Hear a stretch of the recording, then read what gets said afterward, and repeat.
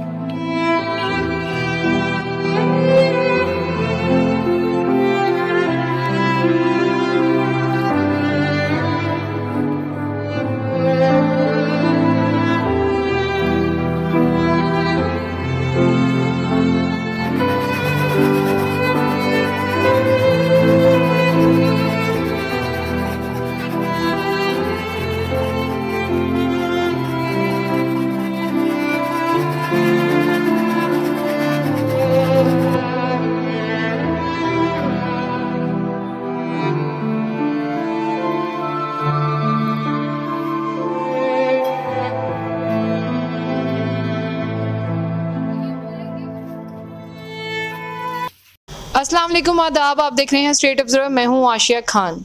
आज हमारी state observer की टीम पहुंची है यहाँ पे ताजपुर रोड लुधियाना में।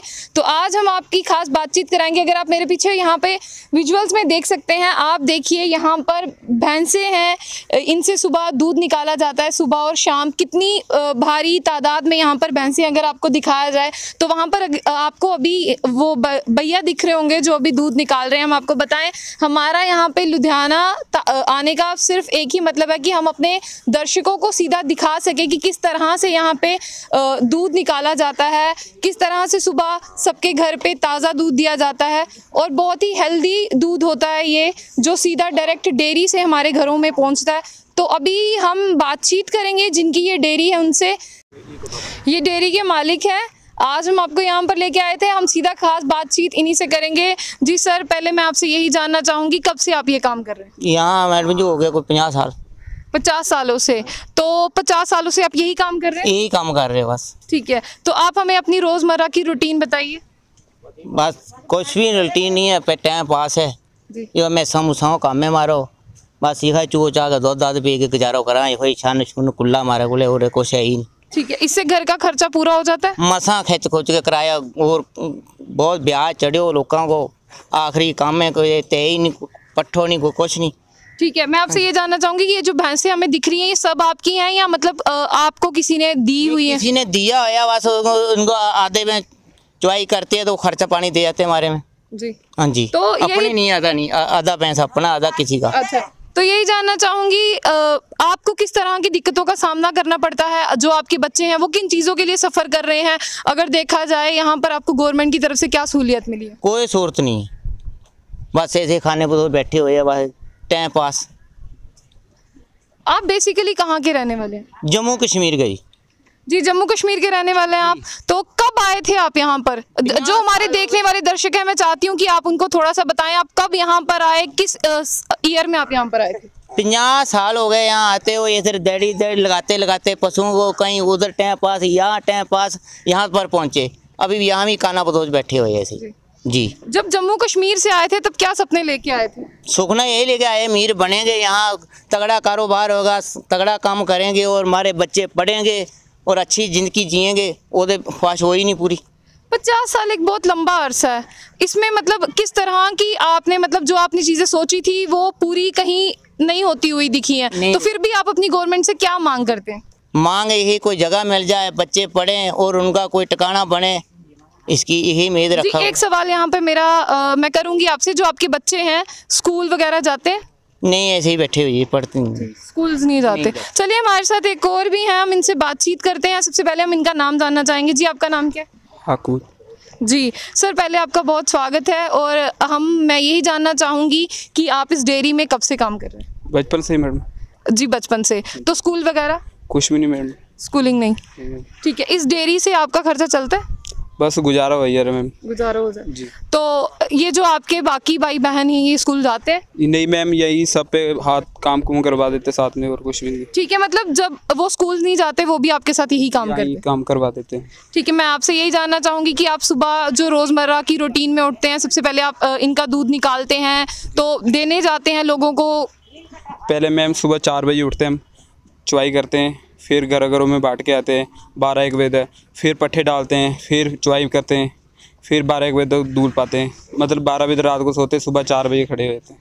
जो दूध का रेट है वो आप खुद फिक्स करते हो या आपकी गवर्नमेंट की तरफ से? गवर्नमेंट की तरफ से। तो मतलब इतनी मेहनत करने के बाद आपको हक नहीं है अपने दूध का रेट फिक्स करने का? मैम क्या करें, अब सरकार नहीं लेते तो फिर क्या करें, ख़राब हो जाएगी चीज़। जितने का मिले चलो, खर्चा पानी जो हो जाता है।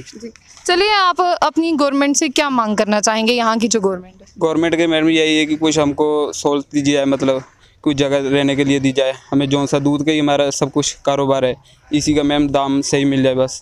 चलिए, मैं आपसे एक चीज़ जानना चाहूँगी। यहाँ पर जिस तरह से आपने बताया स्कूलिंग, आप स्कूल नहीं गए, आपके भाई बहन भी नहीं गए, मैं उसमें जानना चाहूँगी कि आप क्या गवर्नमेंट को बोलना चाहेंगे, क्योंकि सबका अधिकार होता है पढ़ाई। जी जी मैं सब देखो, जब यहाँ पे भी और फैमिली लोग रहते हैं, सबके बच्चे स्कूल जाते हैं, हमारा भी मन करता है भी हम भी स्कूल जाएं, पर क्या करें मैम, खर्चे इतने स्कूल के हम नहीं कर पाते, बचता ही नहीं कुछ, कहाँ स्कूल पास जा पाएंगे। सबसे यहाँ पे महंगे महंगे स्कूल हैं, कहाँ इतने खर्चे भर पाएंगे। ये मेरे भाई हैं, जिस तरह से सबका सपना होता है स्कूल जाने का, इनका भी सपना है, पर कहीं ना कहीं अपने घर की परिस्थितियों को देखते हुए ये वहाँ तक नहीं पहुँच पाते हैं। तो गवर्नमेंट और एडमिनिस्ट्रेशन से यही मांग करते हैं कि जब सबका हक है पढ़ाई पे, गवर्नमेंट भी कहीं ना कहीं कहती है कि सबको पढ़ाई करनी है। 6 से 14 साल की जो एज है उसके लिए compulsory education, free and compulsory education है। तो फिर कहीं ना कहीं गवर्नमेंट की स्कीम्स क्या सिर्फ बोली जाती हैं या सिर्फ की जाती हैं, प्रैक्टिकली कुछ होता नहीं? चलिए, मेरी बहन है, हम इनसे बात करते हैं। जी आपका नाम क्या है? नूरी शर्मा। जी नूरी जी, मैं आपसे यही जानना चाहूँगी, आप भी इसी में काम करती हैं? यस। जी, तो आप स्कूल जाती हैं? नहीं। जो आपके भाई बहन हैं वो स्कूल जाते हैं? नहीं जी। क्या कुछ वजह है जो आप स्कूल नहीं गई? बस यही घर का काम काज में परेशानी है। तो यहाँ पर जो बोला जाता है सरकार की तरफ से मुफ्त शिक्षा, तो आपको मुफ्त शिक्षा मिली? नहीं मिली। नहीं मिली। तो आप भी यही करती हैं, जब सुबह उठती हैं सबसे पहले दूध निकालती हैं, उसके बाद? हाँ जी। उसके बाद घर का काम करती हैं? हाँ जी। तो जैसे सब लड़कियों का सपना होता है, आजकल लड़कियां बड़ी आगे तक पहुंच गई है पढ़ाई करना, उसके लिए आप तो स्कूल नहीं गई, फिर भी जो आपके छोटे भाई बहन हैं तो आपका दिल करता होगा कि वो स्कूल जाएं, तो गवर्नमेंट की तरफ से क्या सहूलियत है? मेरी गवर्नमेंट तरफ से ये सहूलियत कि उन्हें शिक्षा की हक दिया जाए। आप ये कहना चाहती हैं गवर्नमेंट को कि उनको शिक्षा का हक दिया जाए? यस जी।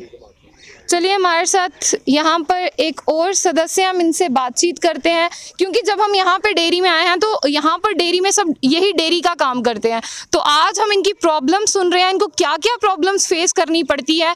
हमारा यहाँ पर आने का एक ही मकसद है, जो हमारे व्यूअर्स हैं वो देख पाएँ कि यहाँ पर जो दूध का रेट है, जो सुबह 4 बजे उठ के दूध निकाला जाता है, उसको हक नहीं है कि वो अपने दूध का रेट फिक्स कर पाए। तो चलिए हम इनसे जानते हैं। आपका नाम? अस्सलाम वालेकुम, मोहम्मद बाग हुसैन जी। जी हुसैन जी, सबसे पहले तो मैं आपसे यही जानना चाहूँगी कि किन दिक्कतों का सामना करना पड़ता है, ज़रा तफसीर से हमारे जो देखने वाले दर्शक हैं उनके बताइए। मैडम, मैं पहले आपका बहुत बहुत शुक्रिया अदा करना चाहूँगा कि आप हमारे लिए इतनी मुशक्क़त कर रहे हो। मैडम, हम जम्मू कश्मीर के रहने वाले हैं, उधर से हम चलते चलते पंजाब आए थे इस कमाई के सिलसिले में। कमाई के सिलसिले में पंजाब आए थे कि अपने बच्चों को एजुकेशन देंगे, इनको पढ़ाएंगे, इनकी जो आने वाली वो लाइफ सेटल हो जाएगी। तो मैडम, उधर से आने के बाद भी बच्चों की लाइफ सेटल नहीं हुई। यहाँ जो अगर सरकारी शिक्षा है भी है मैडम, तो क्या करते हैं हम, खाना बंदोबस्त सिस्टम है, कहीं आज 1 महीना इधर गुजारा, 2 महीने उधर गुजारे, तो वो जगह की प्रॉब्लम होने के कारण मैडम बच्चे पढ़ नहीं पाते एक जगह। जी, एक सवाल रहेगा मेरा, जिस तरह से ये आपका घर है, मतलब इसको छोड़ के भी आप जाते हो 1-2 महीने के? हाँ मैडम, यहाँ 2 में 6 महीने रहेंगे, अगर सर्दी यहाँ गुजार ली, गर्मी कहीं और गुजारेंगे। परमानेंट नहीं है? परमानेंट। मैंने परमानेंट तो तब होंगे जब अपनी जगह होगी, अपनी जगह नहीं है तो इसीलिए बच्चों को एजुकेशन नहीं मिल पाती। हम ये नहीं कहते कि हाँ है यहाँ सरकारी स्कूल है, सब कुछ है, सरकारी जितनी ऑप्शन सब मिलती है, पर दरअसल प्रॉब्लम क्या है मैडम, बैठने का ठिकाना नहीं। अगर बैठने का ठिकाना होगा, हम एक जगह सेटल होंगे, हमारे बच्चे रेगुलर स्कूल जाएंगे, रेगुलर पढ़ेंगे, तो उनको अच्छी स्टडी भी होगी, अच्छी लाइफ भी जिएंगे मैडम। चलो मैं आपसे परमानेंट सेटलमेंट की मतलब आप बात करते हैं कि कहीं ना कहीं आपकी परमानेंट सेटलमेंट होनी चाहिए दोदी गुजरों की। तो यही मैं जानना चाहूँगी कि आप अपनी जो गवर्नमेंट है उनसे किन तरह की मांग करते हैं, किस तरह की चीज़ों की मैं मांग? गवर्नमेंट सरकार से एक ही मांग करता हूँ कि हमें एक अच्छी कहीं भी हमें सेटल किया जाए। हम और कुछ नहीं कहते। देखो जी मैडम, हमारा मेन मसला क्या है, हमारे जो बच्चे हैं जी, हमारे बच्चों की लाइफ बन जाए। हमारी तो जो लाइफ थी वो ख़राब हो गई। कश्मीर से हमारे दादा थे जम्मू कश्मीर में, वो वहाँ रहते थे, शिवजी से पीछे हमारी वहाँ मैडम धार थी, हम वहाँ रहते थे। तो अब मसला क्या हो गया, वहाँ से चलते चलते यहाँ आए। इन बच्चों के लिए ये बच्चे अभी परेशान है, बुरे हाल है जी, कोई हाल नहीं बच्चों का। तो हम गवर्नमेंट सरकार से एक ही मांग करते हैं, हमें कहीं भी सेटल किया जाए कि हमारे बच्चों की जो ज़िंदगी ख़राब हो रही है ये बच सके मैडम। जम्मू कश्मीर से 50 साल पहले यहाँ पर आए थे, सोचा तरक्की होगी, बिजनेसमैन बनेंगे, पर यहाँ से कोई सहूलियात नहीं मिली। तो चलिए हम इसी बारे में जानते हैं अली मोहम्मद जी, प्रेसिडेंट ऑफ दोदी गुजर जी। सर, मैं आपसे यही जानना चाहूँगी कि जम्मू से 50 साल पहले यहाँ पर चले थे तरक्की के बड़े बड़े सपने देख के, पर तरक्की तो हुई नहीं। बहुत बहुत शुक्रिया मैम आपका। आके इनकी हालत देखी, जैसे मैंने पहले भी बताया था कि हमारा दोदी गुजर नुमाइंद जो है 60% होमलेस है, लैंडलेस है, जिनके पास ज़मीन नहीं है, घर नहीं है, मकान नहीं है। आपने भी देख लिया होगा, यहाँ की बात नहीं है। यहाँ से आप जलंधर जाओगे, अमृतसर में जाओगे, पंजाब में कहीं भी देखोगे, जहाँ भी गंद होगा, सूआ बोलते हैं, हमारे जम्मू में बोलते हैं नहर। नहर की जगह जो होती है, गंद वाली जो जगह होती है, उसके साइड पर ये डेरा लगा के बैठते हैं। इनके बच्चों की हालत देखिए जनाब। गुज्जर एक देशभक्त कौम है, ये राष्ट्रवादी कौम है। इन्होंने हमेशा भाईचारे की, एकता की बात की है। मगर दुख होता है मैम जी, जब हम जाने इस जगह पर आप ही देखते होंगे भाई, ये रात को सोते कहाँ होंगे, इनके छोटे छोटे बच्चे हैं। आज जाने दुनिया चांद की बात कर रही है, दुनिया चांद पर पहुंच गई है, मगर हमारे बच्चे आज भी, इनके पास ये एजुकेशन नहीं है, ये अवेयरनेस नहीं है। ये जो आप देख रहे हैं कि ये दूध की डेयरी है, आज मॉडल डेयरी बनी हुई है, बड़ी बड़ी डेयरी बनी हुई है दूध वाली, जो दूध पे से अच्छा इनकम सोर्स पैदा कर सकते हैं। मगर हमारे लोगों के पास एजुकेशन नहीं है, ये अवेयरनेस नहीं है। मैं जी अपील करना चाहता हूँ, जी गुजारिश करना चाहता हूँ सेंट्रल गवर्नमेंट से, जैसे हमारे प्रधानमंत्री साहब का एक नारा है, सबका साथ, सबका विकास, सबका विश्वास, कि हाँ हमें भी साथ मिलना चाहिए, विश्वास मिलना चाहिए कि हमारे जो लोग हैं पंजाब में हैं, ये बेसिकली रहने वाले सारे लोग जम्मू कश्मीर के हैं। ये जम्मू कश्मीर से चलते चलते क्यों आगे अपना माल मवेशी लेकर, क्योंकि इनको और कोई इनकम सोर्स नज़र नहीं आता था, उसकी वजह से ये चलते चलते पंजाब में आ गए। पंजाब में आप यानी इनकी हालत देखें। मैं अपील करता हूँ जो हमारे इंटरनेशनल गुजर महासभा के अंदर राष्ट्रीय कर्नल देव गुजर जी हैं, कि वो आवाज़ उठाएं। हमारे साथ एक 16 करोड़ हिंदू, ये पॉपुलेशन 16 करोड़ गुजर हैं, उनको भी मैं ये अपील करना चाहता हूँ कि सब एक आवाज़ उठाएं हमारे लिए, कि हमारी भी ये तरक्की हो, हमारी भी सुनवाई हो। ये लोग कहते हैं बोर्ड तो मैडम उस टाइम बनेगा जब एक जगह सेटल होंगे, उधर बोर्ड भी बनेगा, राशन कार्ड भी बनेंगे, सब कुछ बनेगा। जब सेटल ही नहीं होंगे, ज़मीन ही नहीं होगी, तो वहाँ पर क्या बनेगा मैम? आपने यहाँ पर एक सवाल किया है, वोट की मांग की जाती है, यानी पहले यहाँ पर भी वोटों की बात आगे आती है। मैडम ये तो हर जगह आपको पता होगा कि कहीं भी किसी भी कंस्टिट्यूंसी में आप बैठोगे, उधर वोट मांगने वाले जो एमएलए होगा, मतलब का एमएलए जो होता है, वो उन लोगों की आवाज़ को सुनते हैं जिनके पास वोट होता है। जिनके पास वोट नहीं होगा उसको कौन सुनेगा?